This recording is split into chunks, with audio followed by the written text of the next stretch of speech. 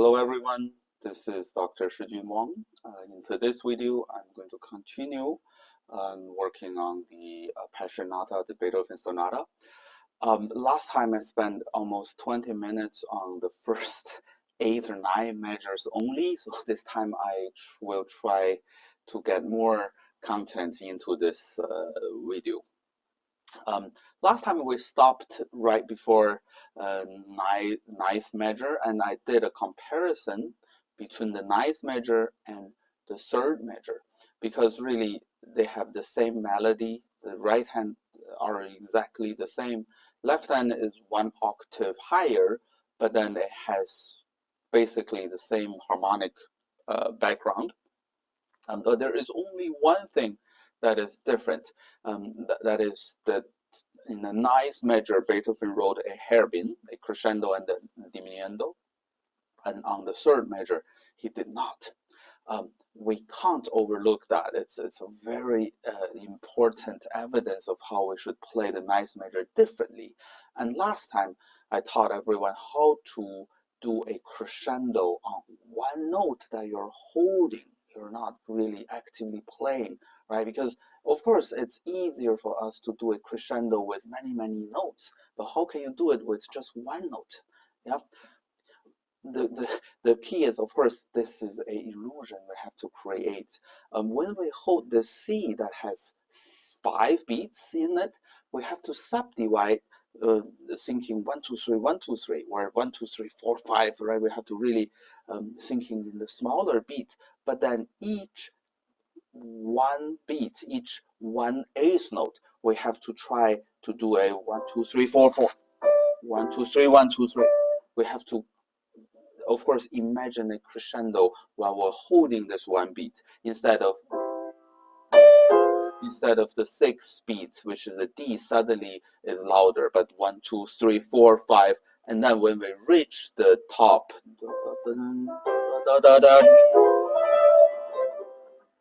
then we can have this crescendo instead of what happened in measure 3.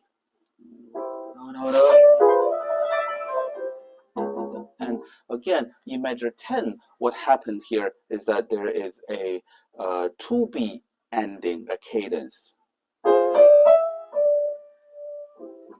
1 2 3, not 1 2 3, right? Why? Because if we have 1 2 3, it feels very settled. It's a good cadence. But then if we put it out, then it feels like it's unsettling, something unfinished. And here, this left hand, yeah, this is the first staccato mark of the piece. Of course, in staccato, we want to play the note short, yeah, especially when we think about the staccato marks in romantic and modern composers. But here, the staccato really means half of the value. So in a way, a staccato marked on an 8th note is different comparing to a staccato mark on the quarter note. On the quarter note should be an 8th, on the 8th note should be a 16th. So here, and this is a kind of a mysterious atmosphere. It's not light and leggero. Yeah. So the C now only has 1 beat. Yeah. Although it's a quarter, but it's a dotted. It's the staccato quarter. So now we have the ending that has 1 beat, and before we have 2 beats. Yeah, so it has to be different. Yeah, then the second phrase of this same material.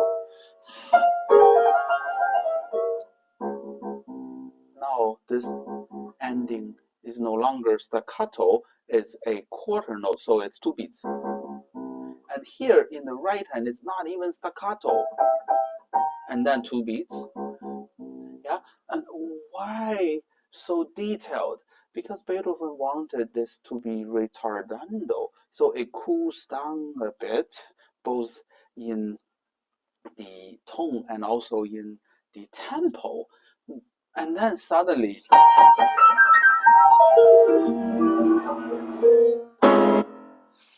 yeah, Beethoven wrote this in tempo and then it's forte, and this is really a cadenza like stormy arpeggios, and this is also kind of tricky to do because we haven't had anything more than pianissimo at this point, and suddenly we have to play loud and right hand is alone.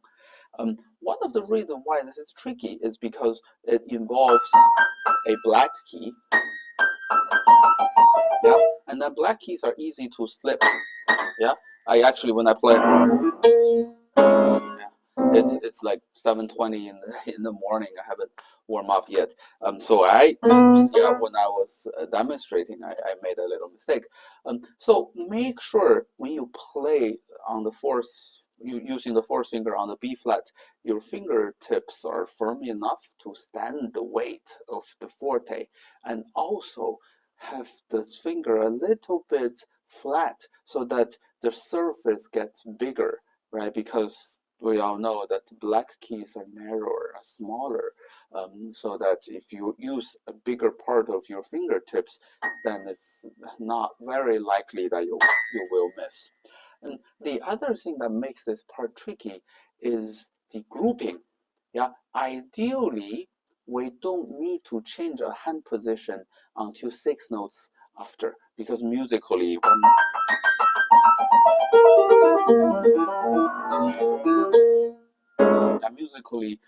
we want to count 1, 2, 3, 1, 2, 3. However, the first 3 notes is one hand position, and then the following 4 notes is another hand position. So it's 3 plus 4 plus 5, and then 6.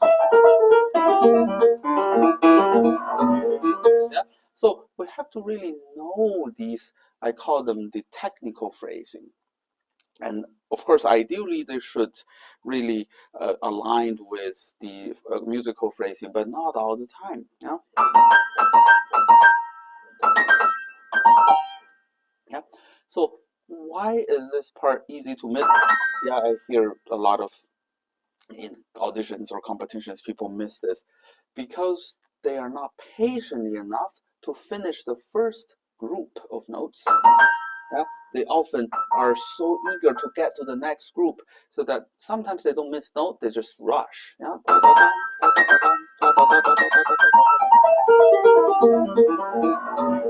So in your head, you're really controlling the hand in a very calm manner. After the G, I move. And of course, when I move to the entire hand position, not to the next note, but yeah, so that just one change, and then you take care of the next 3 or 4 or 5 groups of notes. All right.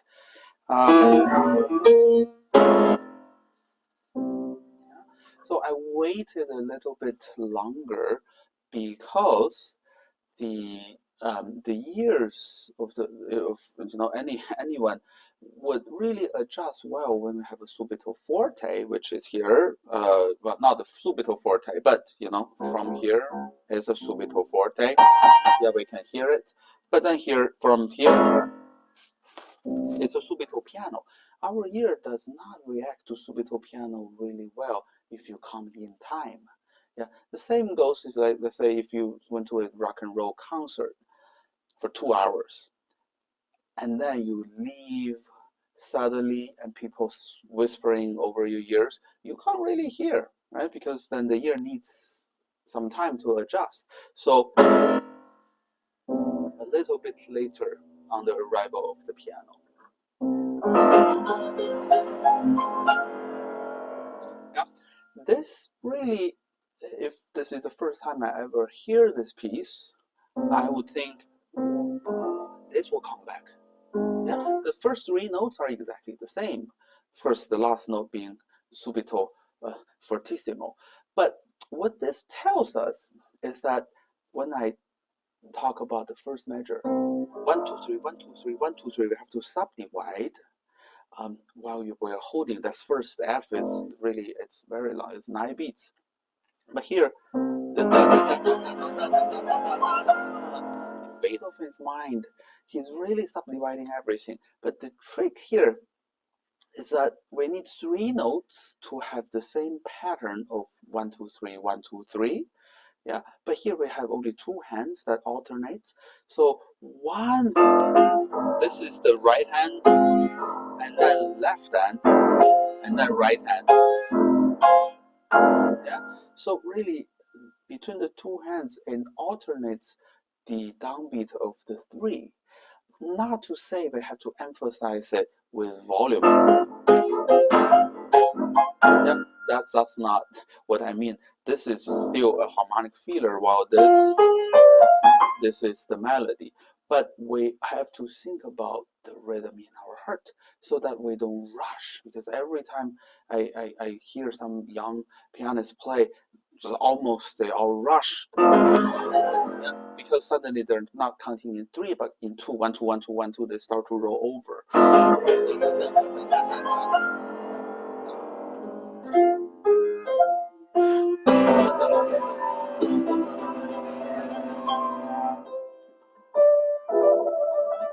Yeah, and just to review, last time we also talked about how we decide if we should trio from the top note, the upper note, or from the note itself. And if you use Hundley addition, the fingering really tells you, right, give it away, because here is a 5-3, tells you you're going from the top note,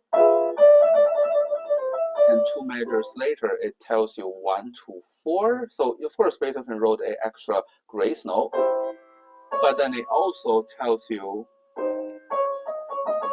you're rolling not from E but from D flat. And here, this repeated note, really, why is E flat so important? I don't think it's important. The beat, the feeling of the rhythm is important. It can be on any note, but this is the engine, the drive of the piece. Okay, and here, really be careful with how long the right hand notes are. Yeah, this in measure 25. It's a 3 beat, and of course this is long one, everyone plays along. This is a 2 beat. You have to pull up a little bit early. And here, that's not an eighth note. That's not 1 beat, that's half beat. You have to play after. So this is really, and then very, very fast, right? It's very urgent, okay? And here, still unsettling because you have 2 beats. You still have to pull it a little bit earlier than we expected. But here, since we're in pianissimo, since Beethoven is really transitioning to the second theme groove, which is more lyrical, dolce, and here we have no longer 2 beats, but 1, 2, 3, 1, 2, 3, 1, 2, 3, 1, 2, 3, 1, 2, 3. So actually, it really feels great. 1, 2, 3, 1, 2, 3, without 1, 2, 3, 1, 2, pulling it early. Yeah, but really, how important is this 1 extra beat? And we call it 1 beat. It's really just really, really fast. It's much less than 1 second. Who cares of this tiny little time? It really is not a matter of timing. It's a matter of feeling, right? Feel unsettled, and the feeling of resolution, the feeling of serenity from calming down of this from this, and then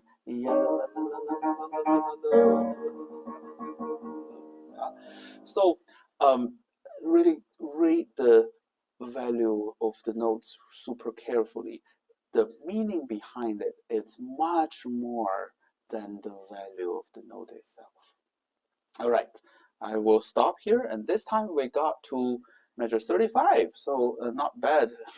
From last week I did about 20 something measures. Let's continue working on this next week. Thank you.